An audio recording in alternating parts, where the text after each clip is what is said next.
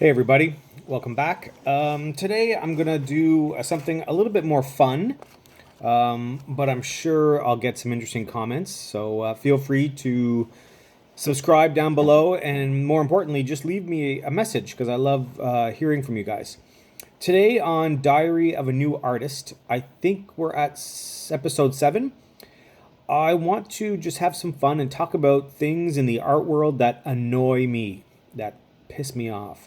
So I have my little list beside me. So if you see me looking to the side, that's what I'm doing. And I've been creating all morning, so I'm a little bit of a mess today. But I wanted to get this out to you just to bring a smile to everyone's faces, considering we're all going through this virus news.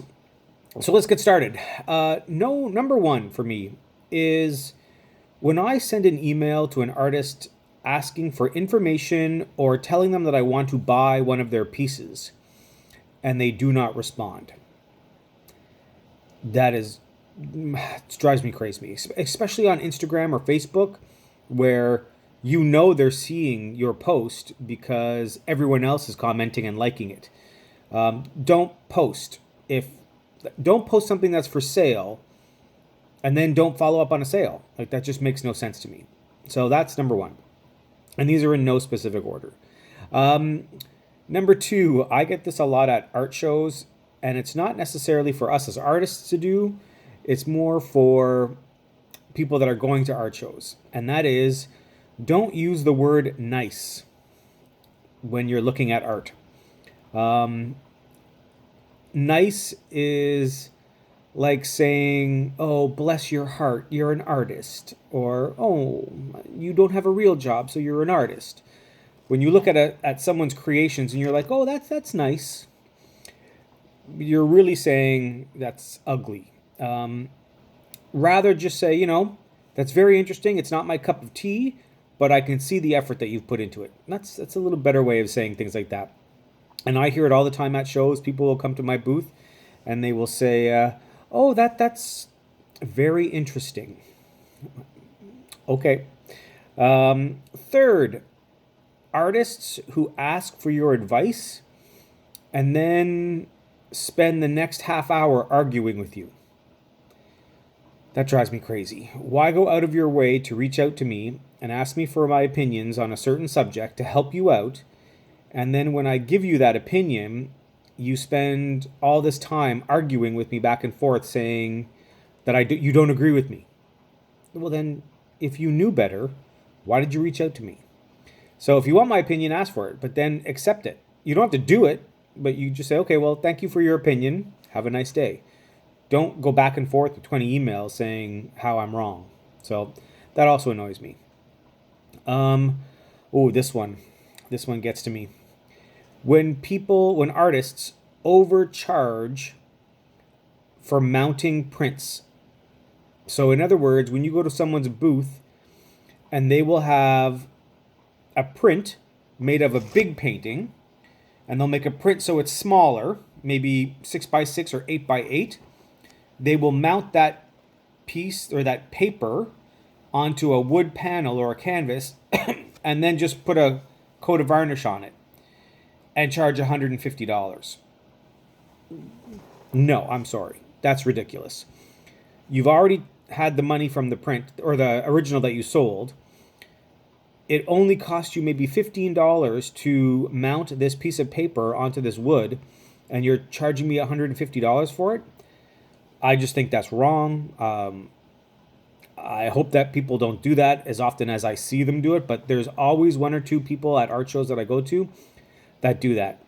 And that just annoys me. And the other thing is what they don't say, that it's a mounted print. So people are buying these things thinking that they're original and spending $150, not realizing that it's just a piece of paper mounted on a wood panel. So be careful if you're buying those. And if you are doing those, shame on you. This is my number one. I think this is my number one. I hate it. Is when artists who create small pieces, so 6x6, 10x10, 12x12, 20x20, and then they use online apps to make their paintings look massive and put them over couches or in stairwells and say, look at my beautiful new piece and it looks spectacular. And then when you email them and say, listen, I'd like to buy that, or can you give me the costs on this? They come back to you and say, well, only prints are available. And I'm like, okay, well, what about the original? I want the original.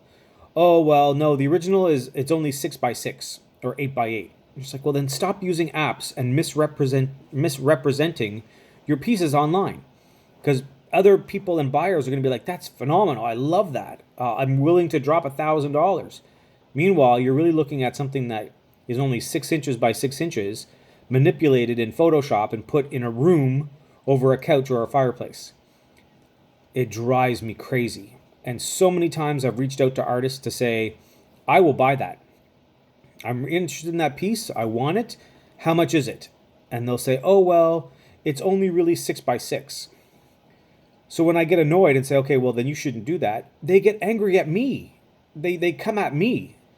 I'm like, well, you're the one who's misrepresenting your work online and saying it's for sale, and you're making it seem like it fits over a couch, and you're yelling at me? Anyway, I hate that. It's my number one pet peeve, and I see it on Instagram all the time. So if you do that, you're a dick. So stop doing it. And the last one is, don't assume you know how someone is creating their pieces.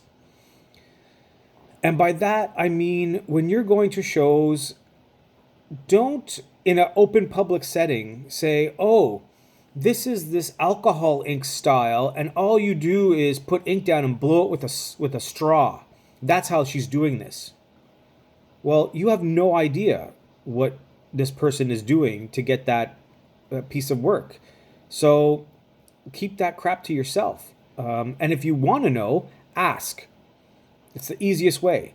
People often think that I'm a pour, like I use cups and I pour, and I don't. I use medical syringes and like little needle nose bottles where I draw and I design, and then brushes for backgrounds and detail work. So once in a while, I'll hear someone come to my booth, or another artist, which it really annoys me, and they'll say, oh, this is Core, and he does cup pouring paintings. And I'll look at them and I'm like, I don't do that. Like, shut up. I don't do that. Not for these, not my pieces, forget it. And then they'll look at me like all surprised. So, and I've seen people do it with alcohol inks and a lot of mixed media now. People will just say, oh, that's just like wall putty, and you just put some color on it, and that's all that is. It's like, okay, well, if that's all it was, why aren't you right beside me selling your stuff? So don't assume you know the techniques and the design patterns, or how someone creates their pieces. Don't be that ignorant. And if you really want to know, ask them. Okay? There's nothing worse than having people walk by your booth at a show who think they know what you're doing, and then tell everybody, oh, that's so overpriced for that. It's like, you have no idea. So that is also annoying. And I hate it when I see other artists saying that about each other. When they're describing each other, like, that's so-and-so, she does this, but that's how she does it. It's like, well, no, that's no business of yours. You keep that shit to yourself. Anyway, that's my top 6. Let me know what annoys you in the art world. I'm looking forward to hearing your comments. Other than that, have yourself a great day. Don't touch your face and wash your hands. Bye, everybody.